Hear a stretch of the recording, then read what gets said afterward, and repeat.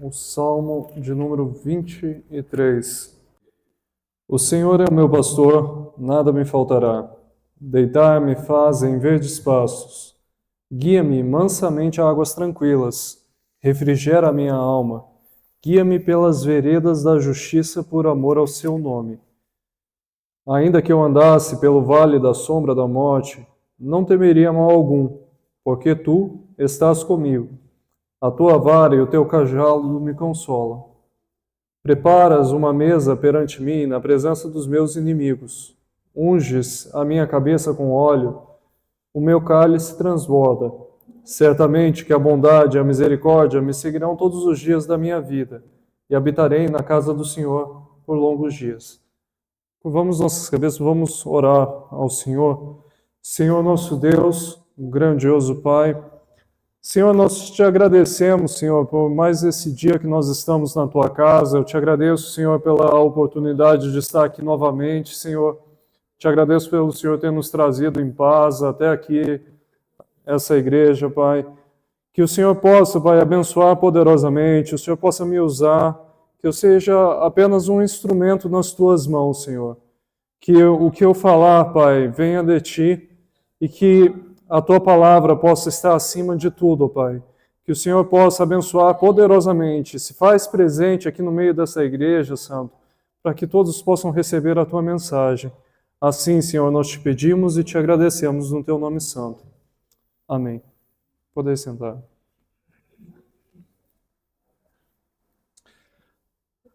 Bom, nessa noite eu gostaria de iniciar essa mensagem trazendo à igreja a notícia que acabou chocando não apenas a gente aqui no Brasil, né, mas todo mundo, que foi a queda do avião da Voipes, que acabou ceifando a vida de 62 pessoas. Eu já voei bastante naqueles aviões daquele tipo turbo-hélice, parecidos com aquele avião que caiu. E um detalhe bem importante, que pode ter passado despercebido às vezes, é que 10 pessoas perderam, em torno de 10 pessoas perderam aquele voo em Cascavel, lá no Paraná. Muito por desatenção.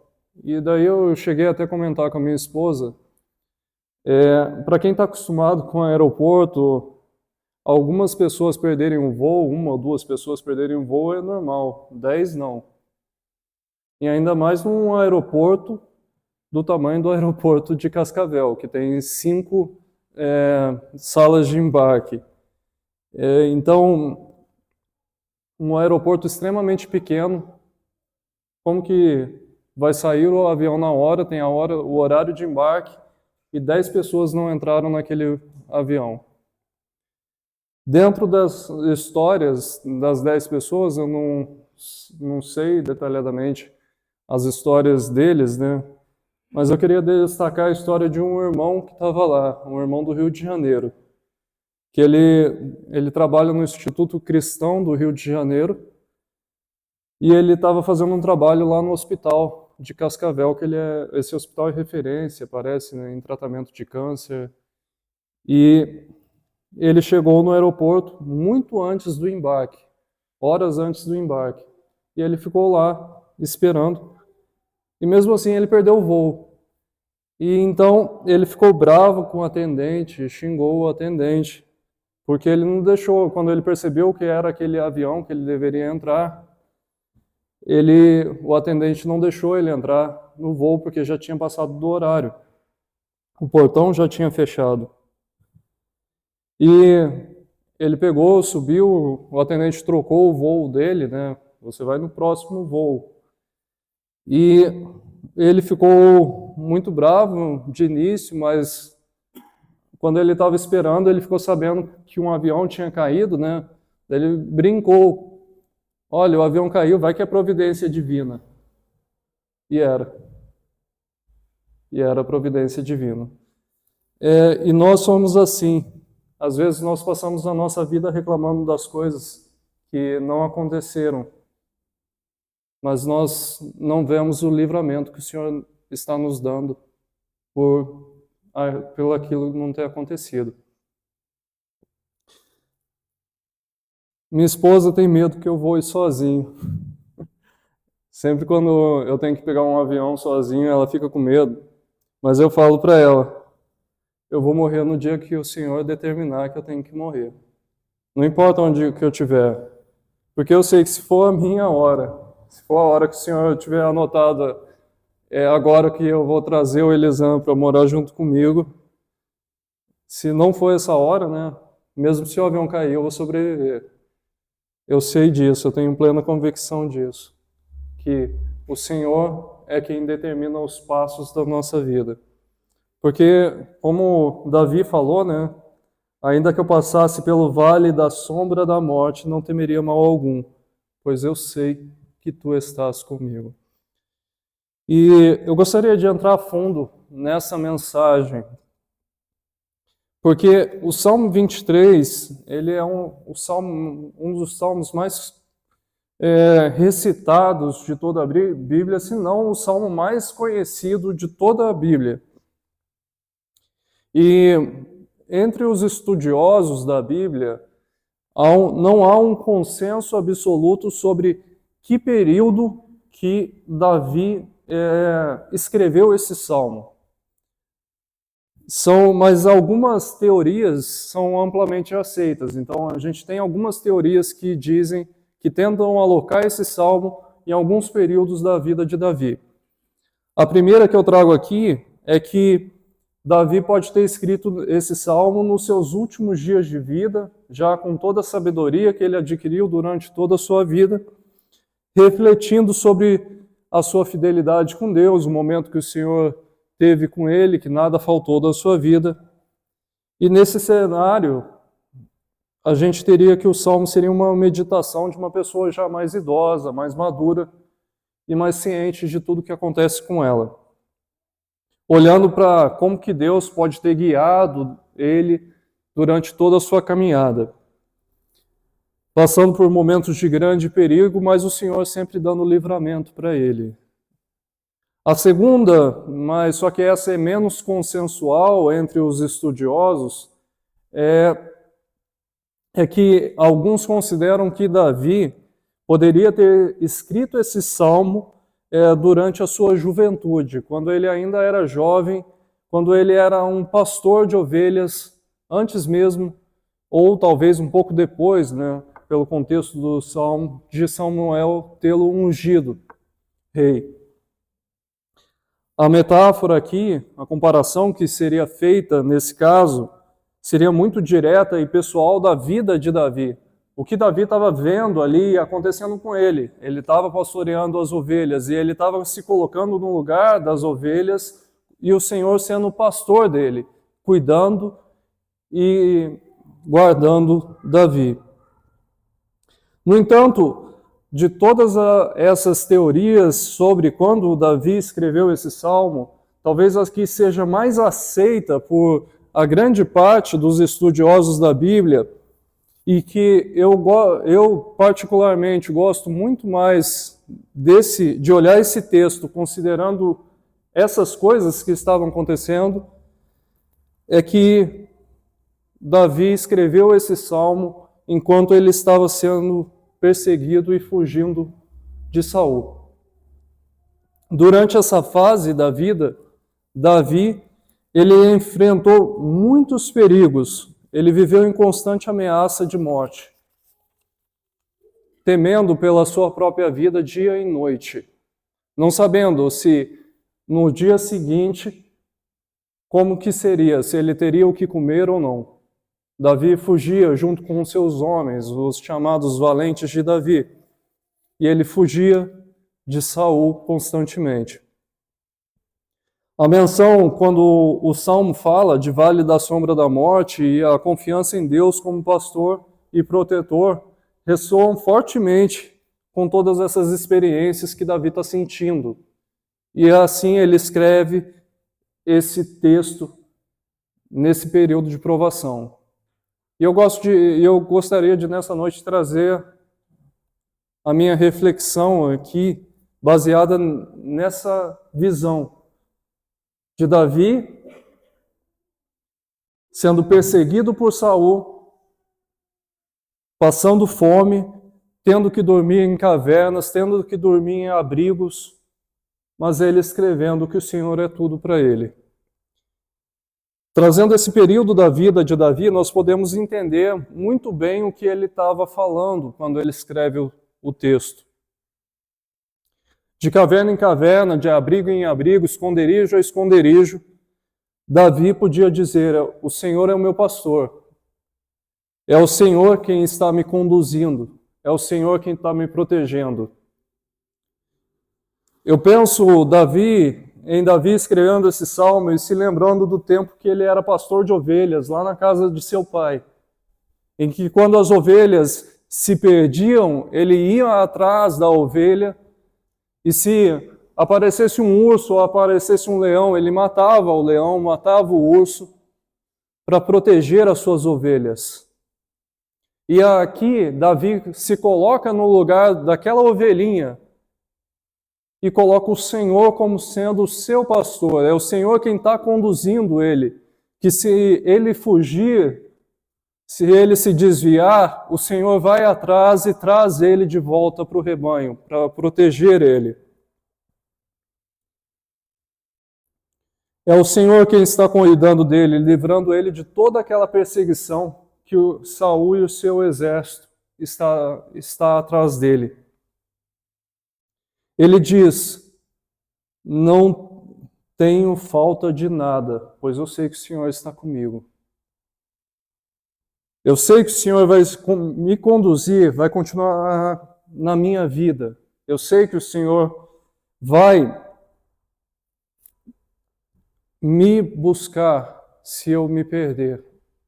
Eu confio no Senhor. Nós precisamos descansar nas pastagens do Senhor, que o Senhor nos fornece, nos momentos de descanso que o Senhor nos dá, e aproveitar o tempo que estamos passando, porque provações não são o fim. Toda provação tem um tempo para começar e tem um tempo para terminar. Por mais que ela possa durar passar muitos anos, as provações elas têm um fim determinado nas nossas vidas. Eu me lembro de uma situação que aconteceu comigo em 2018, que eu tinha estudado bastante, eu acabei ficando em segundo lugar no concurso. A igreja se lembra, o pessoal que era daqui da época. E eu fiquei muito decepcionado de ter ficado em segundo e falei: eu vou fazer outros concursos. Fiz aqui na Unifei e não passei. E eu lembro que eu falava para minha mãe: eu não sei porque o Senhor está fazendo isso comigo, mas eu sei que o Senhor tem um propósito. Minha mãe é prova, está aqui. Eu sei que o Senhor tem um propósito de eu estar passando por tudo isso. E eu continuava estudando, continuei estudando, me preparando para o próximo concurso, até que eu fui chamado. E daí eu fui chamado, eu desisti de todos os outros concursos. E na semana de eu fazer o outro concurso, me ligam falando que talvez não iam me chamar mais. E foi uma aprovação que eu fui chegando no meu limite ali físico e emocional. Eu lembro do meu pai falando para mim, passando na porta do quarto e falando: meu filho, para de estudar, você está estudando demais, descansa um pouco. E o que aconteceu? Eu precisava ser quebrado, porque para aquela aprovação que eu estava passando tinha um propósito. Eu só consegui receber a carta de aceite para entrar no concurso no dia que eu conheci a minha esposa. Eu precisava passar por tudo, porque se eu tivesse entrado igual todo mundo, imaginem que foram mais de 60 concursos realizados no ITA. Foram mais de 60 professores que entraram lá. Só deu problema em 2 concursos. Qual que é a chance de acontecer uma coisa dessa se não for a permissão do Senhor? A chance é muito baixa, é quase zero. E eu precisava passar por isso, por quê? Porque senão eu não ia conhecê-la. No dia em que eu conheci a minha esposa, foi o dia que eu recebi a carta de aceite para entrar, me chamando para tomar posse no concurso. E foram meses de oração, de jejum, não entendendo o que estava acontecendo comigo. Será que eu estou pronto a ser guiado pelas pastagens que o Senhor me fornecer? Será que você está pronto para seguir as passagens que o Senhor está dizendo, siga por esse caminho? Porque muitas vezes a gente quer sair correndo, a gente quer pegar os atalhos da vida, a gente quer pegar os caminhos mais fáceis. Assim é como as ovelhas. De vez em quando uma se desgarra das outras. E o Senhor, como pastor, Ele vai atrás, Ele cuida dessa ovelha, Ele traz ela de volta para o rebanho. Será que você pode dizer nessa noite com convicção, o Senhor é meu pastor e nada me faltará, porque eu sei que eu vou contar com a provisão do Senhor todos os dias da minha vida? Falar isso, você pode falar isso hoje, mas eu quero ver você falando isso no momento da prova, no momento da dificuldade. Eu quero ver você falando isso no dia que você sabe que terá uma conta para pagar no dia seguinte, mas não tem o dinheiro ainda. E você confia tanto no Senhor que o Senhor te abençoa, o Senhor te fornece a visão. Saber que o Senhor está no controle é saber que quando eu estiver sedento, o Senhor vai me guiar às pastagens tranquilas. O Senhor vai me guiar às águas tranquilas. Eu vou poder me saciar nas águas que o Senhor está me conduzindo. Porque o Senhor sabe qual água eu posso beber. Se eu não tiver a presença do Senhor, eu posso entrar em qualquer água contaminada. A ovelha não vai saber se a água está contaminada ou não, mas o pastor sabe. O pastor tem plena convicção. Essa água está contaminada, não vou deixar a minha ovelha beber ela. Eu vou levar ela para tomar uma água tranquila, uma água boa, que vai matar a sede. O Senhor espera que as suas ovelhas elas sejam regeneradas, restauradas.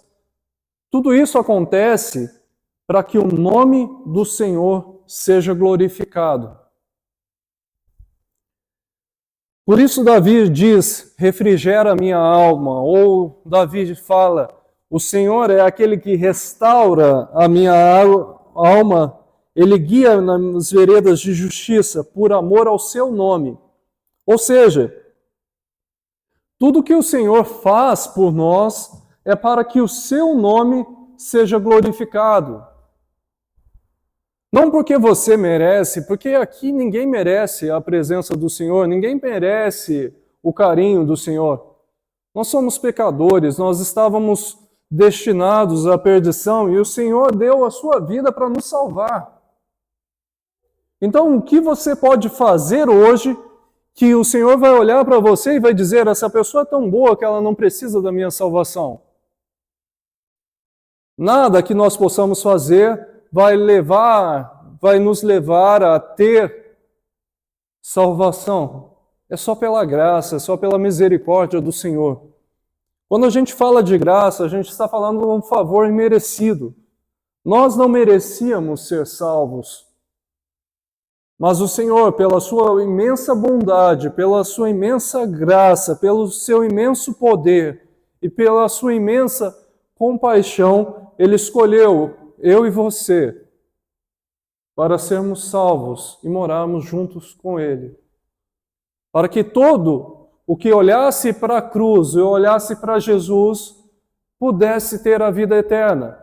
Não porque a pessoa fez um ato de justiça que fosse digno de ser salvo, não porque a pessoa doou para a caridade, não porque a pessoa fez trabalhos sociais, mas porque o Senhor deu isso de graça. Então, tudo que nós fazemos, em tudo que nós fazemos na nossa vida, o Senhor está esperando que o seu nome seja glorificado. É aquilo que diz o Salmo 1. O justo é como árvore plantada junto a ribeiros, dá fruto no tempo certo e suas folhas não murcham. Tudo o que faz prospera. Ou seja, tudo que o justo faz prospera. Mas prospera por quê? Não para a glória pessoal dele, mas para que as pessoas olhem para a vida dele e perguntem o que há de diferente na vida daquela pessoa. Aquela pessoa tem o Senhor, aquela pessoa tem o Deus dela na vida dela. E isso é toda a diferença. Pois o Senhor vai nos guiar nas veredas da justiça, por amor ao seu nome. É pelo amor ao nome do Senhor que nós podemos ser salvos. É pelo amor ao nome do Senhor que nós devemos seguir Ele, que nós devemos refletir a sua glória e a sua presença nas nossas vidas. O Senhor é tudo para nós. Você está preparado, então, para ser um espelho do Senhor Jesus? Se as pessoas olharem nessa noite para você, elas podem claramente identificar que você é um filho de Deus? Recentemente, eu tive que lidar com uma situação que foi um pouquinho constrangedora para mim, que foi nessa semana, na semana passada, não estou lembrado muito bem o dia, eu recebi a ligação, a gente está começando um novo projeto, e a pessoa me ligou e falou assim para mim: Elisan, eu tenho uma coisa para conversar com você. É o seguinte, fulano vai estar no projeto também, mas eu quero que quando o projeto der certo, que eu tenha poder para mandar ele fazer alguma coisa. Eu quero isso porque eu não quero meio que ficar por baixo, eu quero que seja assim. E eu peguei e falei, o que eu falo para ele, né? Eu respondi para ele assim, olha, eu tenho uma equipe de mais de 23 pessoas que eu tomo conta lá no projeto meu no ITA. Dessas pessoas, tem em torno, são eu e mais 4 professores, a gente tem pós-docs, técnicos, a gente tem alunos no projeto e não tem ninguém maior que ninguém. Eu sou o coordenador do time, mas para mim todos têm valor, a opinião de todos conta. Essa é a minha equipe, eu trabalho desse jeito. E todos me respeitam, tudo que eu falo o pessoal me respeita e eu trato todo mundo bem.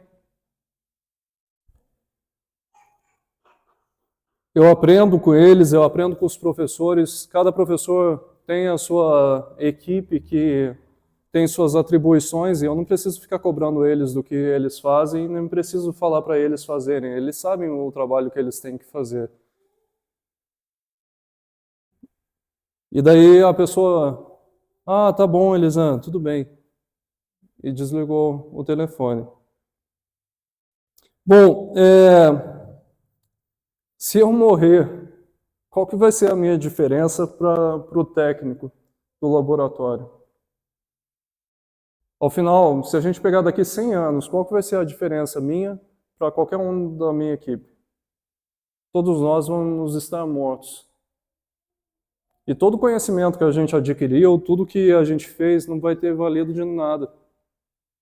Acaso todo esse conhecimento, tudo nos deu mais 100 anos de vida? Não. Nós continuamos sendo mortais e pessoas como todas as outras. Não podemos ter diferenças e não podemos deixar que isso suba para a cabeça das pessoas. Porque o ser humano é assim. E a gente vê no serviço, eu lido bastante com isso, pessoas que acabam se prevalecendo da posição que elas têm. Ou porque elas foram escolhidas por indicação política, ou porque a pessoa foi eleita para um cargo de chefia. E a gente acaba vendo essas coisas e a gente pergunta, né, por que isso acontece? Porque as pessoas não têm o Senhor na vida delas. Porque as pessoas não são um espelho de Cristo na vida. Há uma diferença do projeto que é tocado no ITA para as outras equipes. Nas outras equipes a gente vê tanta briga e disputas entre pessoas dentro do mesmo time, enquanto na nossa equipe tudo é uma paz, tudo é tranquilo. Não temos problemas entre alunos, professores, essas coisas acabam não acontecendo frequentemente, enquanto nas outras equipes parece que isso é muito comum. Mas o que é isso? Tudo isso vem da gente refletir o Senhor na vida. Um dos professores mesmo, o professor estava tendo problemas com a esposa, ele veio conversar comigo e falando que ia separar da esposa. Eu falei, não, você não tem que se separar da sua esposa. Você tem que continuar com ela. E foi o ponto que eu aprendi, eu aconselhei ele, né, a não se separar, e ele pegou e falou para mim, Elisan, de todas as pessoas que eu conversei, olha que eu conversei com muita gente, você foi a única pessoa que falou para mim não se separar. Você foi o único que me deu esperança ainda. Pode saber, meu amigo, que eu vou levar o que você estava me falando em consideração quando eu tomar minha decisão. E ele continua casado até hoje. O Senhor está esperando que as pessoas que sigam Ele sejam exemplo em tudo que elas fazem. Não porque nós vamos receber algo em troca, não porque a gente quer ser melhor que os outros, mas porque nós estamos aqui para deixar a marca do Senhor Jesus nas nossas vidas. Se eu morrer e inventar a maior teoria do mundo, de que adianta? Agora, se eu morrer e eu conseguir levar o Evangelho para milhares de pessoas nessa terra, aí minha vida terá valido alguma coisa para o Senhor Jesus. Quanto mais pessoas nós conseguimos levar aos pés do Senhor, nós vamos estar entregando a Ele tudo o que Ele espera dos seus filhos, que nós possamos anunciar o Evangelho, que nós possamos anunciar a palavra e que as pessoas se convertam e se rendam nesse mundo que está tão corrompido. Nesse mundo que vai cada dia de mal a pior, em que os valores morais da sociedade tentam destruir a família e tudo que há. O Senhor espera que eu e você façamos a diferença nesse mundo. O que o Senhor espera dos seus filhos é que eles vivam nessa terra e deixem aqui a marca do seu sangue. Para que as pessoas, quando olharem para você, reconheçam que o Senhor Deus é bom. Independente do que você estiver passando, independente das suas provas, independente das suas dificuldades, a sua esperança deve estar no Senhor. Conforme Davi estava lá, sendo perseguido por Saul, correndo risco de vida todo dia, mas ele dizia, o Senhor é meu pastor e nada me faltará. Eu continuarei seguindo as pastagens, eu continuarei seguindo aonde quer que o Senhor me envie, eu vou ir, porque Ele é o meu pastor. Amém, igreja? Você pode dizer com convicção que a imagem de Cristo que a imagem de Cristo é refletida em você todos os dias da sua vida? Você pode dizer que se a gente for hoje na sua casa conversar com seus filhos, se a gente for hoje no seu trabalho, conversar com seus colegas de trabalho, na sua escola, falar com seus colegas, se nós conversarmos com seus amigos, com seus familiares, será que eles vão dizer, vão testemunhar de você que você tem uma vida realmente transformada por Cristo? Ou que você é apenas mais um religioso? Será que quando você fica bravo, você desrespeita as pessoas? Será que quando você passa por uma situação perturbadora, você esquece que o Senhor é teu Deus? Imagine Davi e seus homens fugindo de Saul, lembrando-se de que a qualquer momento eles poderiam ser atacados. Imagina viver assim durante anos. Poderiam ser emboscados. Mas ele diz, mesmo que eu passe por tudo isso, eu não preciso temer, pois eu sei, Senhor, que Tu estás comigo. Davi sabia que ainda não era a hora dele morrer, pois Deus não havia cumprido todas as promessas que Ele havia feito a ele. Davi sabia, eu não vou morrer ainda. O Senhor me ungiu para ser rei. E eu ainda não sou o rei. Então eu sei que eu posso passar por tudo, mas eu sei que o Senhor vai me cuidar, que ainda não é a minha hora. Uma vez eu peguei um voo, quando eu morava na França, eu peguei um voo da Espanha para a Bélgica. Eu estava com um amigo. E até hoje, esse foi o pior voo que eu já peguei na vida. O avião, ele tremia, mas parecia que ele estava sendo martelado. Ele batia o avião, que chacoalhava tudo dentro do avião. E ele ia pá, pá, pá, pá, pá, pá. E ficava assim, você ficava chacoalhando dentro do avião. Havia uma turbulência e essas foram quase 2 horas desse jeito, o voo. Eu nunca peguei um voo desse jeito. E olha que depois de lá eu já peguei vários voos, nunca aconteceu uma coisa dessa. Mas a gente tinha passado, tinha virado a noite no aeroporto para não perder o voo, porque o voo era às 5 horas da manhã. Então eu estava bem cansado, porque a gente já tinha andado bastante, era Madrid na época, a gente tinha andado bastante em Madrid durante o dia, daí a gente tinha que pegar o voo 5 horas da manhã, não tinha trem para ir para lá, estudante sem dinheiro, vai falar o quê? Eu não vou ficar no hotel, né? A gente vai para o aeroporto e vai ficar no aeroporto até a hora do embarque. Então a gente foi. Não tinha como dormir também no aeroporto, né? Então a gente ficou no aeroporto até 5 horas da manhã. Então eu já estava muito cansado, quase dormindo em pé. E entrei nesse voo. E daí o voo batia, e eu estava dormindo. E todo mundo com medo no avião, daí às vezes chacoalhava demais, né? Daí eu batia a cabeça assim do lado, acordava, olhava para o lado, todo mundo com medo, um tanto de gente orando, um amigo meu do outro lado orando também, pedindo para Deus para passar aquilo lá, né?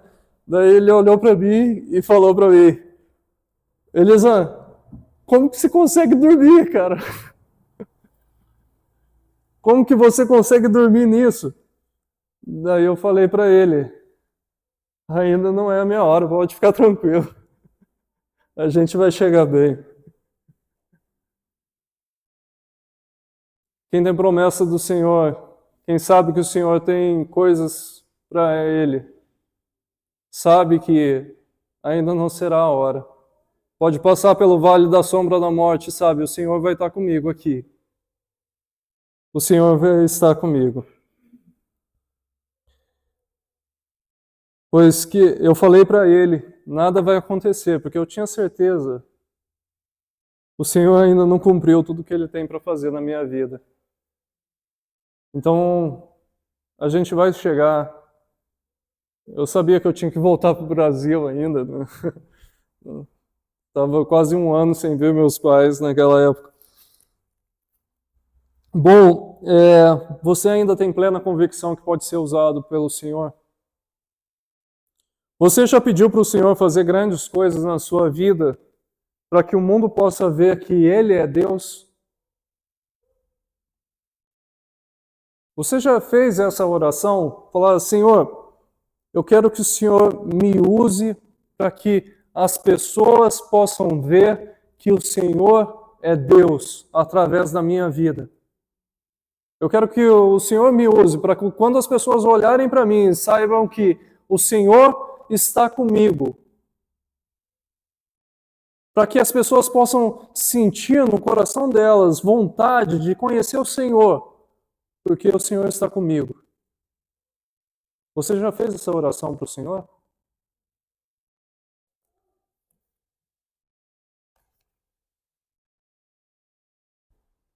Bom, Davi, ele continua o Salmo 23, escrevendo, e ele lembra do momento que ele não era ninguém, que ele era só um pastor de ovelhas, e provavelmente ele fez essa oração para o Senhor. Pois ele diz, preparas uma mesa perante mim, na presença de meus inimigos. Unges a minha cabeça com óleo, o meu cálice transborda.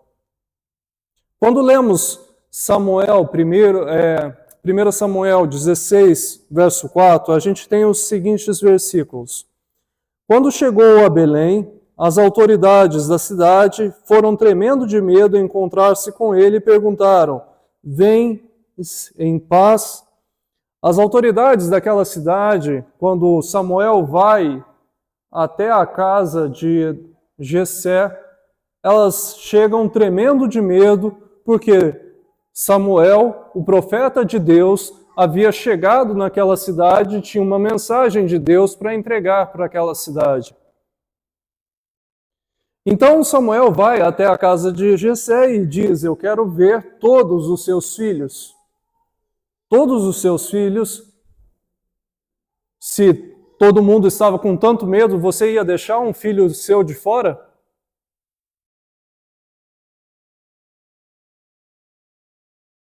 Imaginem, o profeta de Deus chega na sua casa e fala para você, traga todos os seus filhos aqui. Você vai deixar alguém de fora? Ou vai levar todo mundo? Mas, estranhamente, Jessé deixa Davi pastoreando as ovelhas.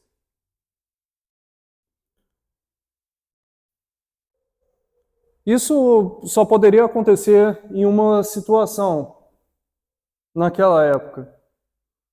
Se a família não considerasse que Davi era filho. Se Jessé não considerasse que ele era seu filho legítimo. Então ele levou todos os seus filhos legítimos, mas Davi talvez Jessé não considerasse ele como filho legítimo. Portanto, Davi, quando ele escreve isso, ele lembra que ele não era ninguém, ele era só um pastor, que era desprezado pelos seus irmãos. Conforme a gente vê em outras passagens de Samuel, os seus irmãos zombando de Davi quando ele chega para levar mantimentos para os seus irmãos na frente da batalha. Portanto, Davi provavelmente ele era um filho bastardo e foi zombado pelos seus irmãos. Provavelmente seus irmãos batiam nele quando ele era criança. E ele cresceu nesse meio, mas apesar de tudo, Davi cresceu com uma esperança grande no Senhor. E eu imagino Davi lá no pasto, pastoreando as ovelhas, como era de costume, e chegam chamando ele: Davi, seu pai está te chamando para você comparecer, porque o profeta de Deus quer te ver. E Davi provavelmente sai correndo para ver o profeta de Deus, porque Davi, ele era muito temente ao Senhor. Ele sabia, ele estava esperando aquele momento, ele esperou aquele momento por toda a sua vida. E quando Davi chega, ele vê uma mesa farta diante dele, porque é isso que diz, se vocês lerem 1 Samuel 16:4, havia um banquete que haviam feito para Samuel. E ele chega e está todo mundo esperando ele para sentar-se à mesa. Porque o profeta Samuel, em 1 Samuel 16:11, ele diz: não nos sentaremos para comer enquanto ele não chegar. Davi, naquela questão, ele era o convidado de honra, pois Samuel não ia sentar-se à mesa se o anfitrião de honra, se o anfitrião não chegasse. E diante daqueles que muitas vezes, provavelmente, o insultaram, zombaram dele, bateram nele, ele vê aquela mesa farta que o Senhor Deus preparou para ele. Preparas uma mesa diante de mim, na presença dos meus inimigos. E diante todas aquelas pessoas, Davi é ungido na frente de todos eles. O Senhor, tu me unges a cabeça com óleo. E o cálice, que provavelmente Davi nunca havia sentado naquela mesa para comer junto em família com os seus irmãos, o cálice que ele não poderia ter porque ele era filho bastardo, o cálice dele transborda. Ele pode beber quanto ele quiser. Davi se lembra que ele não era ninguém e foi o Senhor quem deu tudo a ele. Foi o Senhor que não deixou fazer nada faltar a ele. E foi o Senhor quem honrou Davi na presença daqueles que eram seus inimigos. Você tem invocado o nome do Senhor quando você acha que ninguém está te vendo? Você está preparado para que o Senhor possa te usar, dizendo a Ele: Senhor, eu quero ser usado por Ti. Senhor, me usa, me envia. Senhor, faz a Tua obra em mim, conforme o Senhor quer que seja feita a Tua vontade. Davi finaliza o Salmo 23 dizendo: certamente que a bondade e a misericórdia o seguirão todos os dias da minha vida. E a forma que ele tem de retribuir ao Senhor é habitar na casa do Senhor por longos dias. A forma que Davi tem de retribuir ao Senhor é: Senhor, eu não quero só ir na igreja no domingo, eu não quero só ir na igreja no dia da festa. Senhor, eu quero morar na Tua casa, eu quero passar dias na Tua casa. Eu quero, se possível, trazer minha cama para morar na casa do Senhor. Eu quero que a minha casa seja a casa do Senhor. Habitar é no sentido de morar, de viver. Vou ter ela como lugar que eu tenho necessidade de estar. A mensagem central desse salmo é clara. Aqueles que seguem o Senhor podem confiar plenamente na sua provisão e proteção. O Senhor pode nos ajudar. Nós precisamos exercitar a nossa fé tanto nas circunstâncias cotidianas, quanto nos momentos que a gente tiver maior dificuldade. Nós precisamos confiar no Senhor.